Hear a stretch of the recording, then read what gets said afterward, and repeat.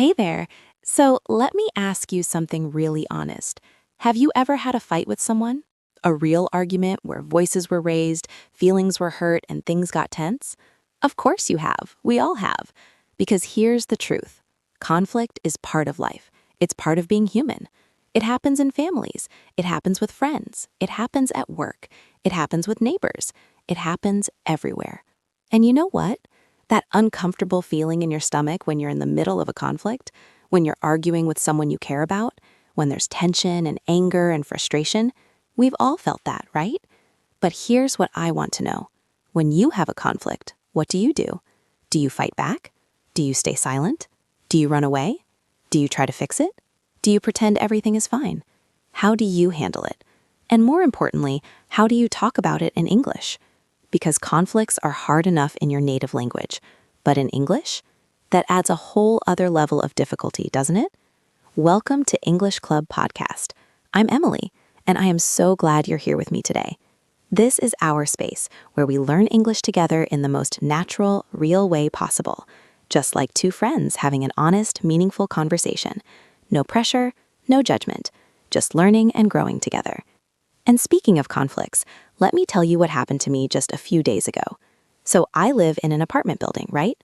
And my neighbor upstairs, let's call him Tom, he's been making a lot of noise lately. Really loud music, late at night, like midnight, 1 a.m. And it's been keeping me awake. I've been exhausted. And at first, I tried to ignore it. I thought maybe it's just a one-time thing. Maybe he has guests. Maybe it'll stop. But it didn't stop. It kept happening, night after night. And I could feel myself getting more and more frustrated, more and more angry. And I kept thinking, I need to say something. I need to talk to him. But I also felt nervous.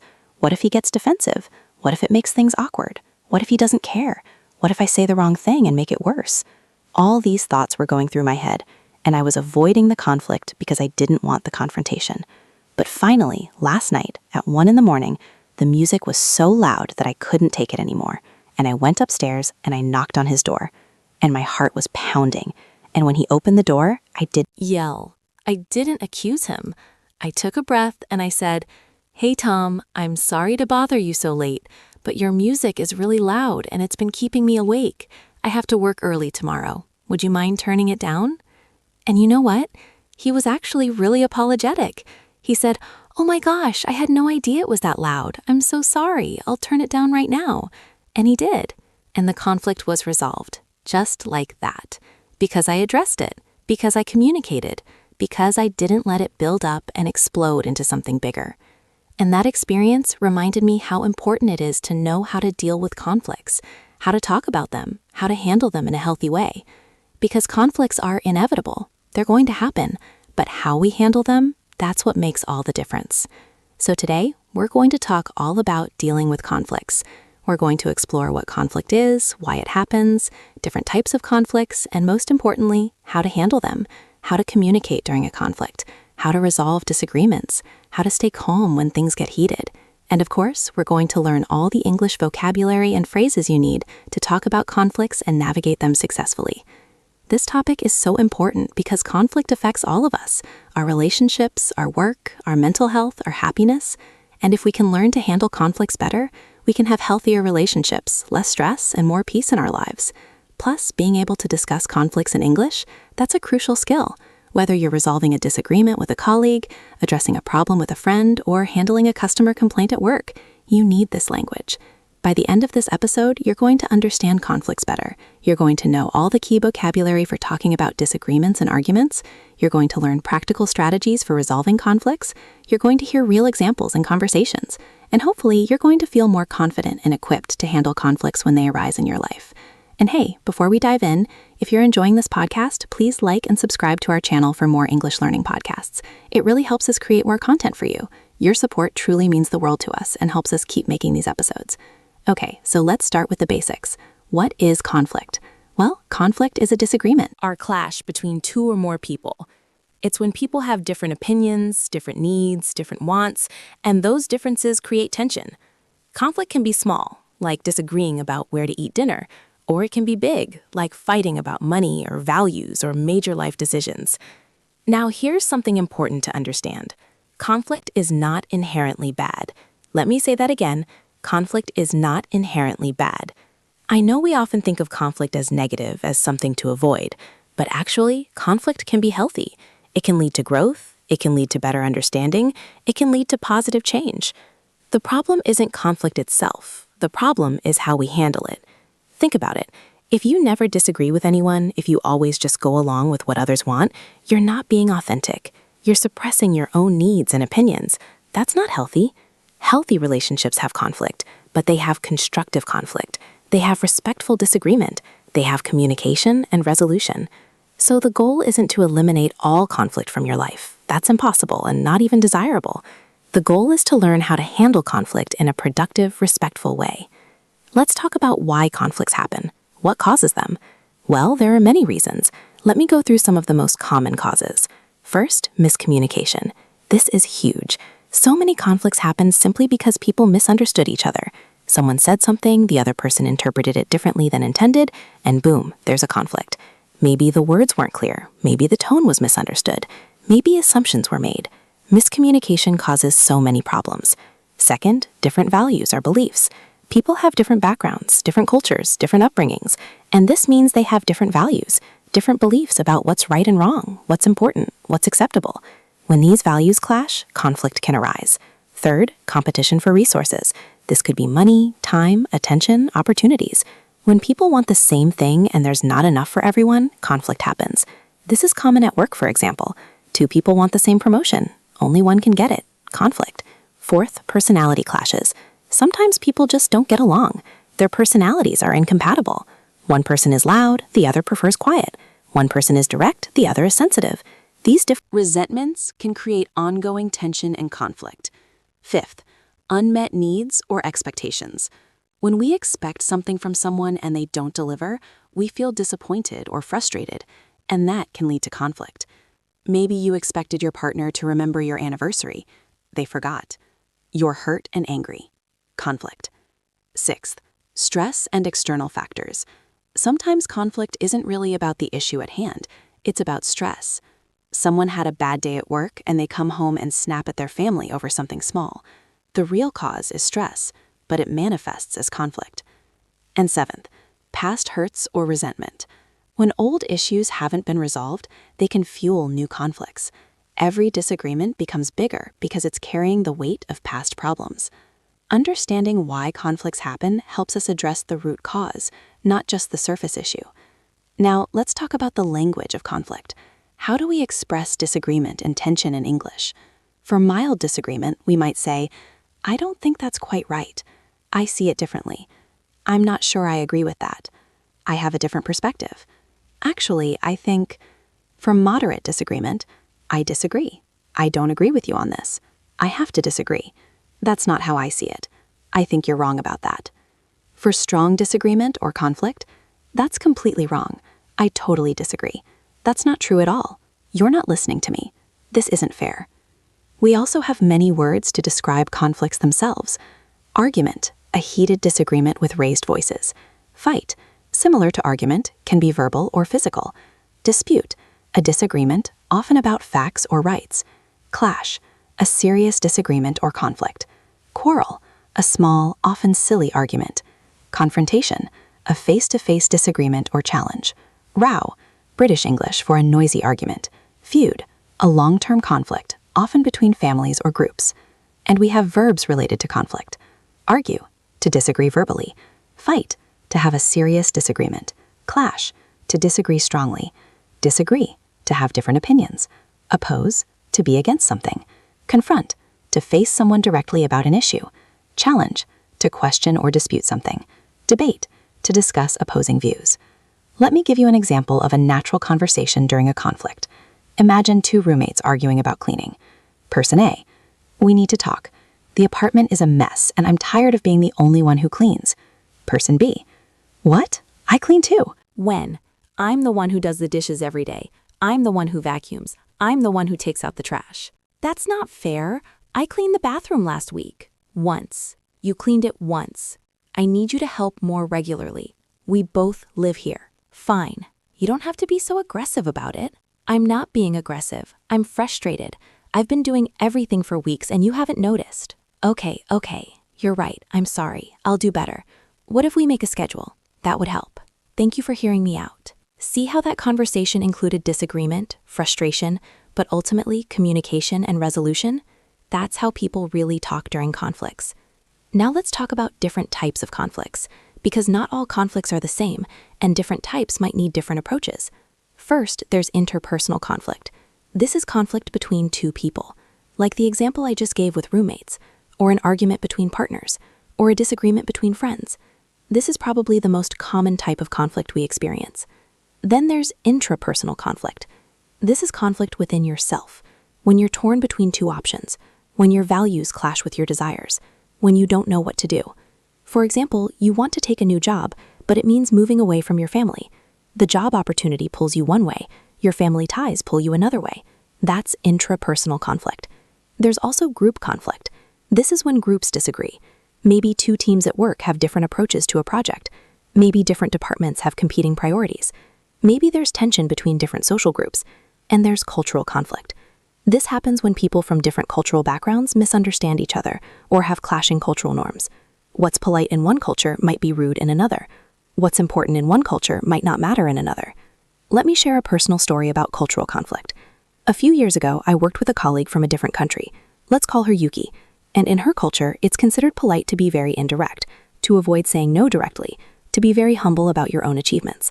But I'm from a culture where being direct is valued, where it's normal to say no clearly, where it's okay to talk about your accomplishments. So we kept having these small conflicts. I thought she was being unclear and evasive. She thought I was being pushy and boastful. Neither of us was wrong. We just had different cultural communication styles. It took a full while to understand this, but once we talked about our different backgrounds and expectations, we were able to adjust. I learned to read her indirect cues. She learned that my directness wasn't meant to be rude, and our working relationship improved dramatically. That experience taught me that cultural awareness is so important in managing conflict. Don't assume everyone communicates the same way you do. Okay, so now let's talk about how to handle conflicts. What are some strategies for dealing with disagreements in a healthy, productive way? Strategy number 1, stay calm. This is so important. When you're in a conflict, emotions run high. You might feel angry, hurt, frustrated, defensive. And when emotions are strong, it's easy to say things you don't mean, to overreact, to make things worse. So the first step is to manage your emotions. Take deep breaths, count to 10. If you're too upset, take a break. Say, I need a few minutes to calm down, and then we can talk. There's no shame in that. In fact, it's wise. It's better to pause and compose yourself than to lash out in anger. I've learned this the hard way. I used to have a terrible temper. When I was younger, if someone upset me, I would explode. I would yell, I would say hurtful things. And you know what? It never helped. It never solved anything. It just made things worse. It damaged relationships. It created more pain. So I had to learn to control my anger, to recognize when I was getting too heated, to step back, to breathe. And now, when I'm in a conflict, I make a conscious effort to stay calm, and it makes such a difference. Strategy number 2, listen. Really listen. Not just wait for your turn to talk, but actually listen to what the other person is saying. Try to understand their perspective. Try to see the situation from their point of view. This is called active listening, and it involves a few things. First, give the person your full attention. Don't look at your phone. Don't think about what you're going to say next. Just listen. Second, show that you're listening. Nod, make eye contact. Say things like, I see, or go on. Third, reflect back what you heard. Say, so what you're saying is, or it sounds like you feel. This shows you're really trying to understand. Active listening is powerful because when people feel heard, when they feel understood, they're more likely to calm down. They're more likely to be open to resolution. And often you'll discover that the conflict isn't as big as you thought once you really understand where the other person is coming from. Strategy number 3, use I statements instead of you statements. This is a technique from conflict resolution, and it's super helpful. Instead of saying, you always do this, or you're so selfish, say, I feel hurt when this happens, or I need more consideration. The difference is huge. You statements sound like attacks. They put the other person on the defensive. They make them want to fight back. But I statements express your feelings without blaming. They're less confrontational. They invite dialogue instead of defensiveness. For example, instead of saying, "You never listen to me," you could say, "I feel unheard when I'm talking and you're looking at your phone." See the difference? The first one is an accusation. The second one is an expression of your feelings and a specific behavior that's bothering you. I use this technique all the time now. It really works. People respond so much better to I statements. Strategy number 4, focus on the issue, not the person. When you're in a conflict, it's easy to start attacking the person's character. You're so lazy, you're selfish, you're irresponsible. But this doesn't help. It just creates more hurt and anger. Instead, focus on the specific behavior or issue that's causing the conflict. Not, "You're a terrible roommate," but "The dishes have been piling up in the sink for 3 days." Not, "You don't care about me," but "I was upset when you forgot our plans." Focusing on the issue keeps the conversation productive.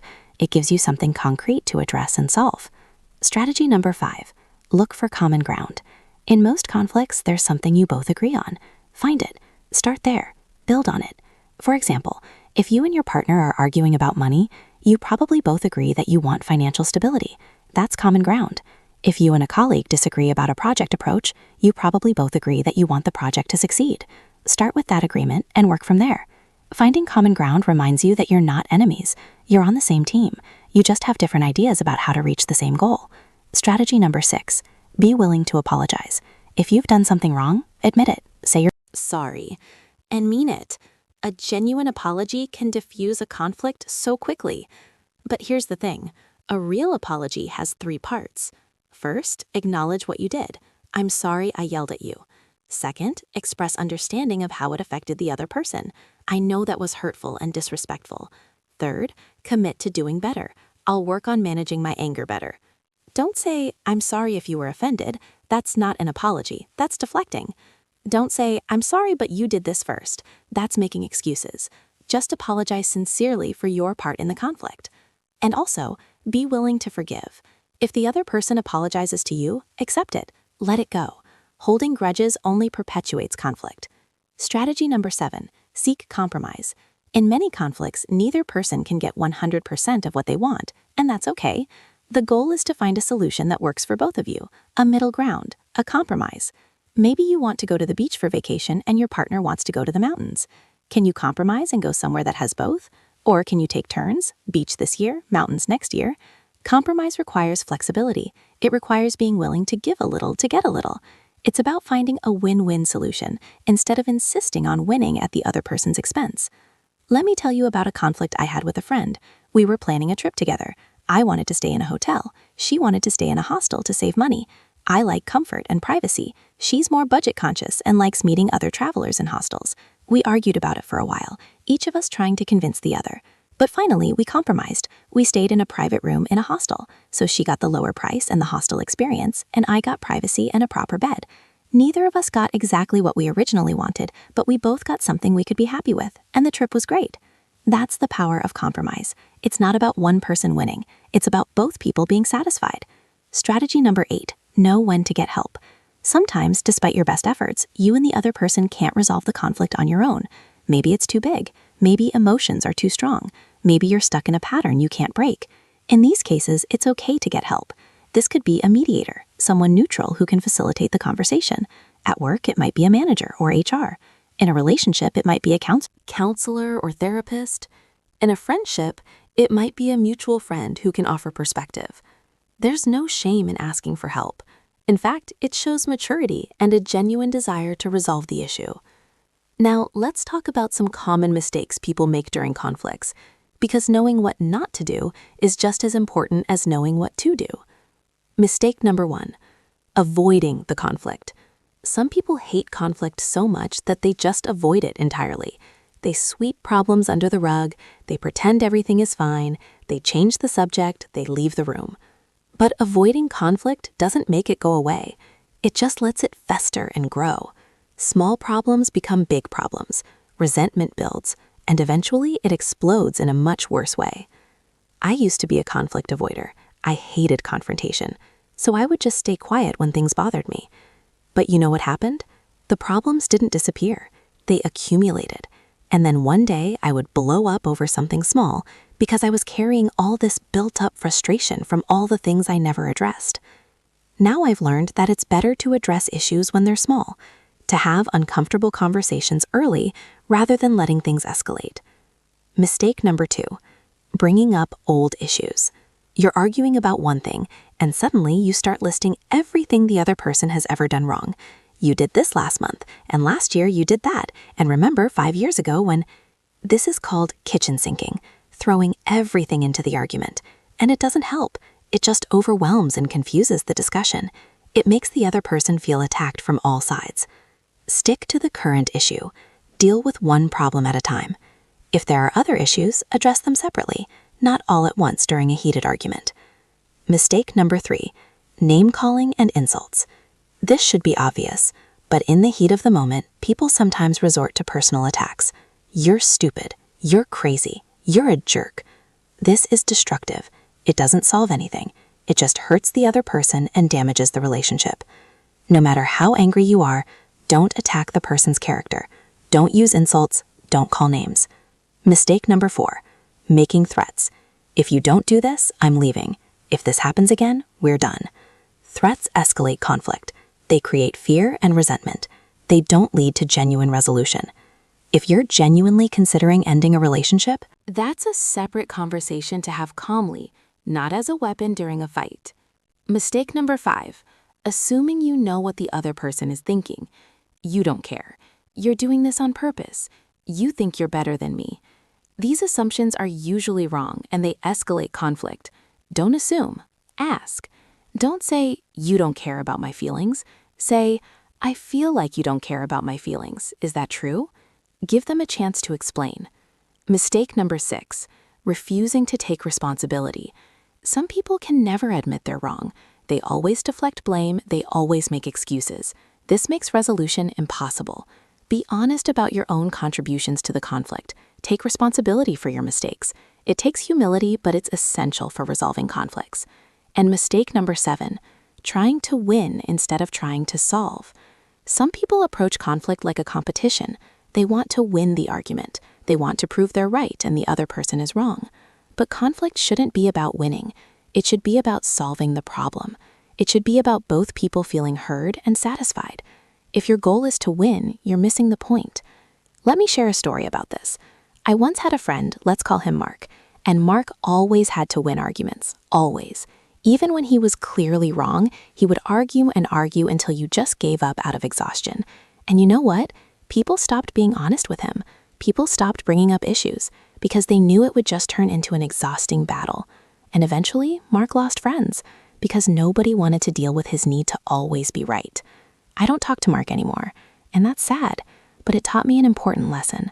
Winning an argument but losing a relationship is not winning at all. Now let's talk about specific phrases and expressions we use when dealing with conflicts in English. When starting a difficult conversation, can we talk about something? I need to discuss something with you. There's something I want to address. We need to clear the air. This means to resolve tension. I think we should talk about what happened. When expressing your feelings, I feel hurt when, I'm upset about, I'm frustrated because, this bothers me, I'm not comfortable with this. When listening and acknowledging, I hear what you're saying. I understand why you feel that way. That makes sense. I can see your point. Tell me more about that. When disagreeing, I see it differently. I have a different perspective. I understand, but I think, can I offer another view? I respectfully disagree. When apologizing, I'm sorry for, I apologize for, that was wrong of me. I shouldn't have done that. Please forgive me. When seeking resolution, how can we solve this? What would make this better? Can we compromise? Let's figure this out together. What do you need from me? When ending the conversation, I'm glad we talked about this. Thank you for hearing me out. I feel better now that we've discussed this. Let's move forward from here. I appreciate you working through this with me. Here's a longer dialogue example showing a complete conflict resolution. Person A, hey, can we talk? I've been upset about something. Person B, sure, what's going on? Person A, I felt really hurt when you canceled our plans last minute last week. We had that concert planned for weeks.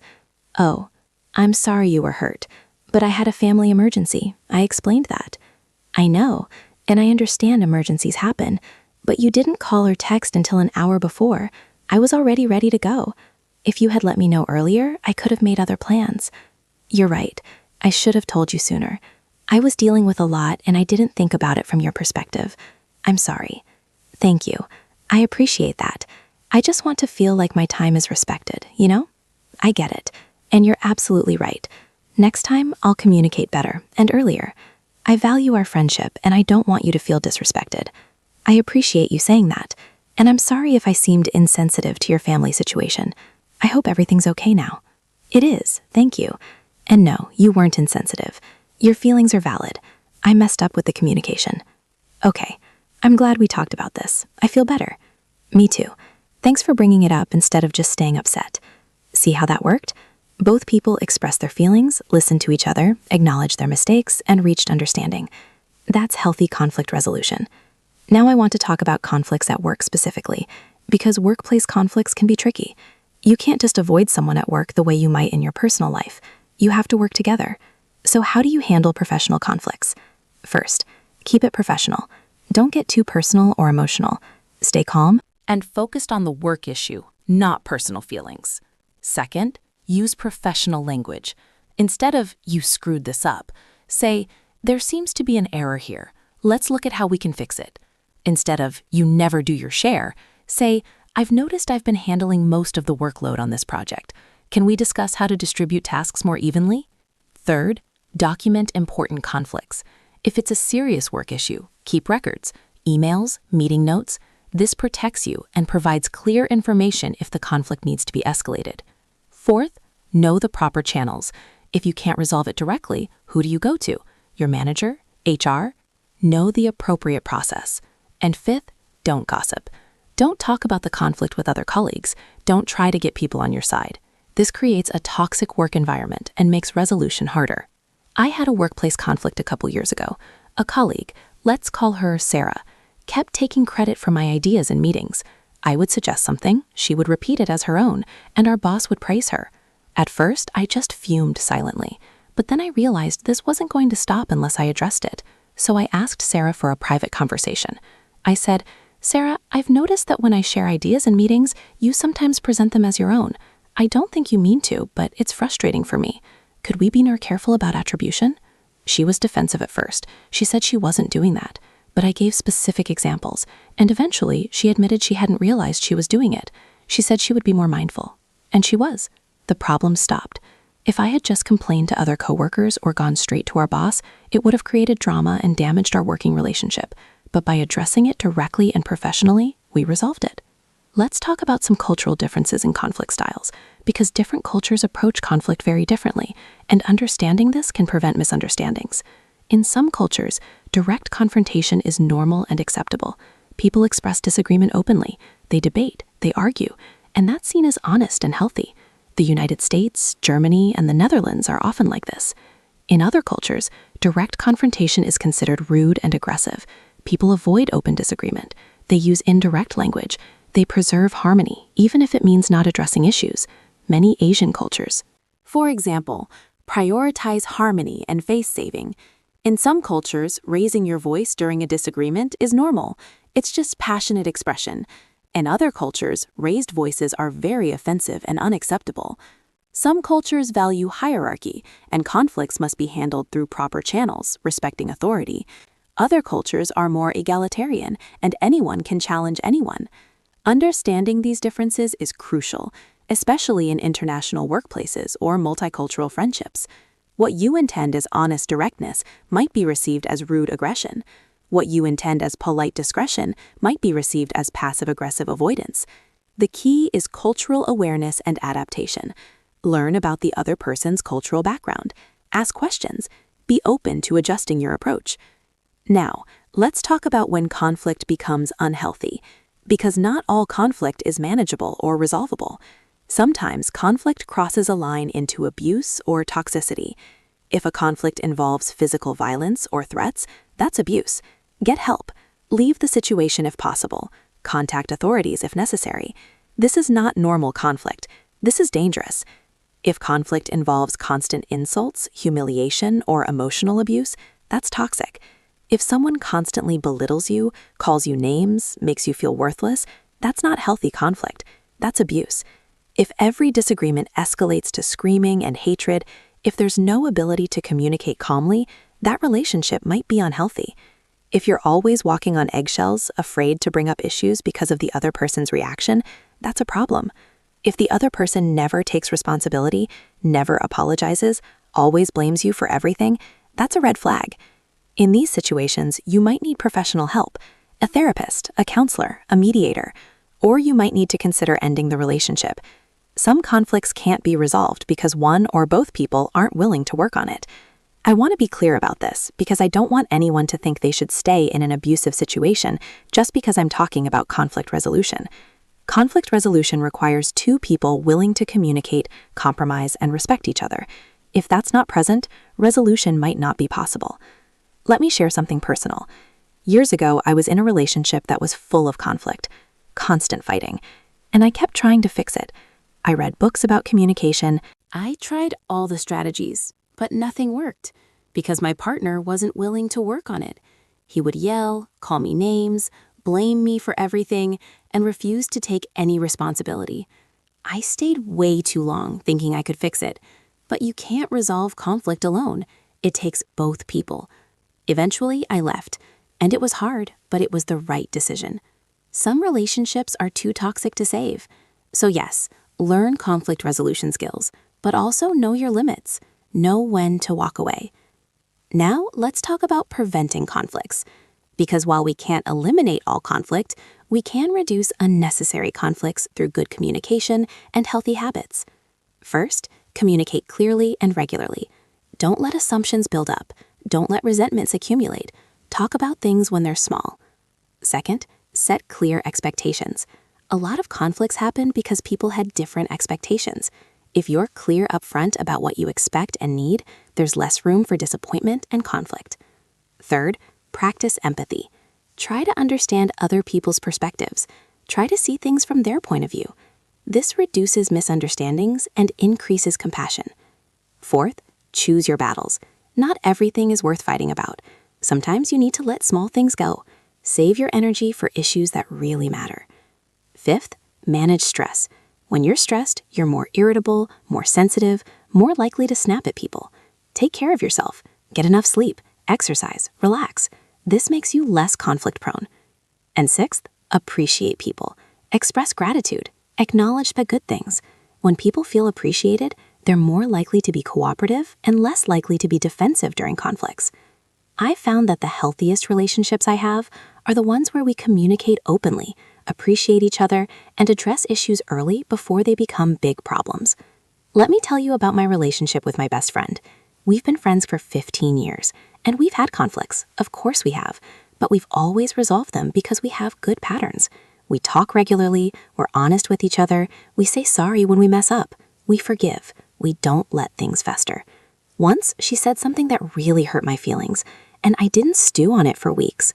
I called her that same day and said, "Hey, what you said earlier really hurt me. Can we talk about it?" And she immediately apologized. She Explained what she meant, which wasn't what I had understood. We cleared it up in 5 minutes. If I had avoided that conversation, I would have been hurt and resentful. Our friendship would have suffered. But because we addressed it immediately, it was resolved and our friendship stayed strong. That's the power of good conflict management. Okay, let's practice some more vocabulary and phrases. Here are some idioms and expressions related to conflict. Bury the hatchet, make peace, end a conflict. We finally buried the hatchet after years of not speaking. Clear the air, resolve tension through honest conversation. We need to clear the air about what happened. At odds and disagreement. They've been at odds over this issue for months. Clash with someone, have a conflict. I keep clashing with my neighbor about the noise. Come to blows, start fighting physically. The argument almost came to blows. Cross swords, enter into conflict. We cross swords over the budget. Agree to disagree, accept that you won't agree. We'll just have to agree to disagree on politics. Water under the bridge, past conflicts that are forgiven and forgotten. That argument is water under the bridge now. Let sleeping dogs lie. Don't bring up old conflicts. I know she upset you last year, but let sleeping dogs lie. Make peace. Resolve a conflict. They finally made peace after the mediation. Patch things up. Repair a relationship after conflict. We had a fight, but we patched things up. Rock the boat. Cause conflict or trouble. I don't want to rock the boat by complaining. Olive branch. Peace offering. He extended an olive branch by apologizing first. These expressions add color and naturalness to your English when discussing conflicts. As we near the end of this episode, I want to emphasize something really important. Conflict is a normal, inevitable part of life. Everyone experiences it. You're not bad at relationships just because you have conflicts. You're not a failure just because you argue with people sometimes. What matters is how you handle it. And handling conflict well is a skill. It's something you can learn and improve. You might not be good at it now, but you can get better. Every conflict is an opportunity to practice. Every disagreement is a chance to learn. I'm so much better at handling conflict now than I was 10 years ago. And I'm still learning, still growing, still making mistakes sometimes. But that's okay. Progress, not perfection. So if you're someone who struggles with conflict, if you avoid it or handle it poorly, please don't be too hard on yourself. Be patient with yourself. Practice these strategies. Try new approaches. Learn from your mistakes. You'll get better. And remember, the goal isn't to never have conflict. The goal is to handle conflict in a way that strengthens relationships instead of destroying them, to communicate instead of attacking, to solve problems instead of creating bigger ones, to grow together instead of growing apart. So what have we learned today? We've learned what conflict is and why it happens. We've learned vocabulary for talking about disagreements and arguments. We've explored different types of conflicts. We've discussed strategies for managing conflict, staying calm, listening, using I statements, focusing on issues, not people, finding common ground, apologizing, compromising, and seeking help when needed. We've talked about common mistakes to avoid, avoiding conflict, bringing up old issues, name-calling, making threats, assuming, refusing responsibility, and trying to win instead of solve. We've learned phrases and expressions for navigating conflicts in English. We've discussed cultural differences in conflict styles. We've addressed when conflict becomes unhealthy. And we've talked about preventing conflicts through good communication. That's a lot, but it's all important, because conflict management is one of the most valuable life skills you can have. It affects every area of your life, your relationships, your work, your mental health, your happiness. I'd love to hear from you. What's your biggest challenge with conflicts? How do you usually handle disagreements? Have you ever resolved a conflict successfully? What worked? Or do you have a conflict right now that you're struggling with? Leave a comment below and let's talk about it. Sharing our experiences helps us all learn. And please, if you found this episode helpful, like and subscribe to English Club for more English learning podcasts. Thank you so much for listening. Thank you for being here. Thank you for investing in your English skills and your personal growth. Remember, conflict is not the enemy. Poor conflict management is the enemy. Learn these skills. Practice them. Use them. Your relationships will thank you. Your stress levels will thank you. Your future self will thank you. See you in the next episode. Keep practicing your English, and remember, you're doing great. You really are. And hey, the next time you face a conflict, take a breath. Stay calm. Communicate. Listen. And remember that you have the tools to handle this. You've got this. Take care, and bye for now.